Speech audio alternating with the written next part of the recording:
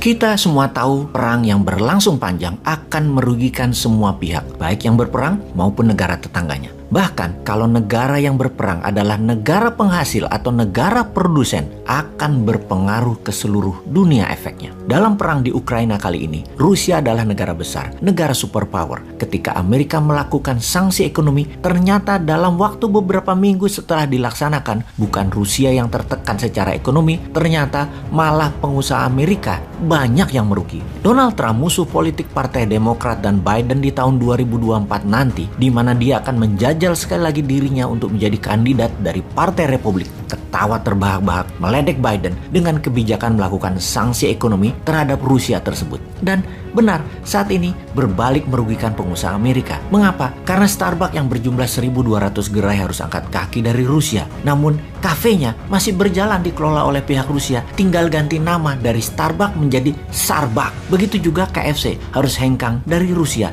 diganti logonya saja sama perusahaan mitranya tersebut yang malah mendapat windfall 100% untung, milik sendiri semuanya sekarang. Jadi Siberian Fried Chicken kalau nggak salah namanya. Di sisi sosial media, IG, FB kehilangan lebih dari 9% income mereka dari Rusia. Juga misalnya Heineken Beer, Food, perusahaan chips, dan banyak lagi bidang usaha yang berusaha di Rusia dalam hitungan global kehilangan 10% sales dunia mereka rata-rata. Yang paling parah adalah industri high teknologi karena chips banyak datang dari Rusia. Juga industri aviasi penerbangan yang titaniumnya 80% datang dari Rusia. Intinya malah memukul balik Amerika, memukul balik Inggris. Karena itu EU atau Uni Eropa Barat tidak menjalankan sanksi ekonomi terhadap Rusia. Takut Eropa Barat mah sama Rusia. Bahkan Indonesia kali ini benar tidak melakukan sanksi ekonomi tersebut. Seperti halnya Tiongkok. Walau Indonesia transaksi dengan Rusia secara total nasional merupakan kira-kira di bawah 45% transaksinya, menjadikan tidak ada gejolak ekonomi di Indonesia. Apalagi ada 30 ribuan warga Rusia di Bali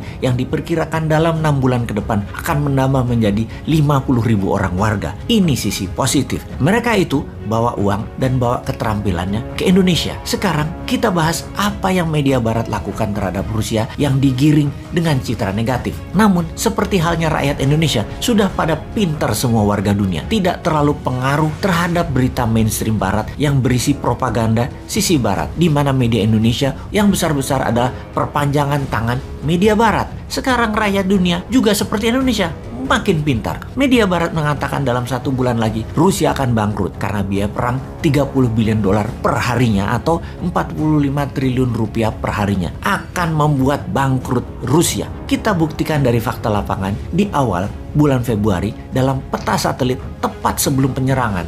Diperkirakan ada 190.000 tentara, 1.800 tank, 2.700 kendaraan logistik seperti truk tangki, truk pangan, dan berbagai amunisi terdata di lapangan. Ketika kemarin di akhir bulan Maret, foto satelit wilayah yang sama di perbatasan Rusia-Ukraina tersebut terdapat kamp tenda yang masih berpenghuni. Sekitar 30 ribuan tentara. Kendaraan tank lapis baja ada sekitar 800-an. Truk logistik ada sekitar 1000-an. Hal ini mengejutkan pengamat militer dunia. Diperkirakan ternyata Rusia hanya mendeploy dan menggunakan 60% pasukannya masuk ke Ukraina. Bisa dibayangkan, ternyata Rusia hanya menggunakan 16% kekuatan pasukannya ke Ukraina dari 1,2 juta tentara aktif Rusia, dan untuk menyerangnya bahkan hanya menggunakan 13% pasukannya saja. Pengamat militer dunia berkesimpulan bahwa Rusia bukan menganggap enteng Ukraina, tetapi membuat NATO berpikir keras terhadap Rusia bahwa dengan menggunakan 16% tentara saja Ukraina sudah takluk. Bagaimana NATO berani masuk ke Ukraina? Berapa banyak akan dikirim tentara NATO ke Polandia misalnya sebagai ground troop pasukannya? Apakah mau rakyat Polandia ada 400.000 tentara NATO yang bisa membuat negaranya ambiar makbiar, dan mendeploy 400.000 tentara di Polandia oleh NATO kira-kira memakan waktu 6 bulan sampai 1 tahun. Sementara Rusia menambah pasukannya menjadi 400.000 ke Belarusia bisa dilakukan hanya dalam 3 bulan. Polandia itu keburu diserang dan di bumi hanguskan oleh Rusia sebelum tentara NATO berkumpul. Kembali ke perbatasan Rusia-Ukraina. Dengan gerakan yang bolak-balik, tentara menjadi selalu segar. Serangan tidak boros, hanya roket untuk membumi hanguskan bangunan militer, bunker amunisi Ukraina, juga cadangan makanan, serta tekanan psikologis ke warga sipil dengan ditembaknya ke bangunan-bangunan sipil. Ternyata diperkirakan biaya perang Rusia hanya 3 billion dolar per harinya alias 4 triliunan rupiah per harinya. Ini juga mengapa pesawat tempur udara Rusia hanya sesekali dipakai, itu pun yang hypersonic, yang di atas supersonic tentunya. Terbang bisa sampai 3-4 kali kecepatan suara. Juga armada laut, sebagian saja di Laut Hitam dan Laut Baltik yang dioperasikan. Karena memang biaya operasi pesawat dan armada laut itu mahal. Perang darat, infanteri, sniper, logistik darat,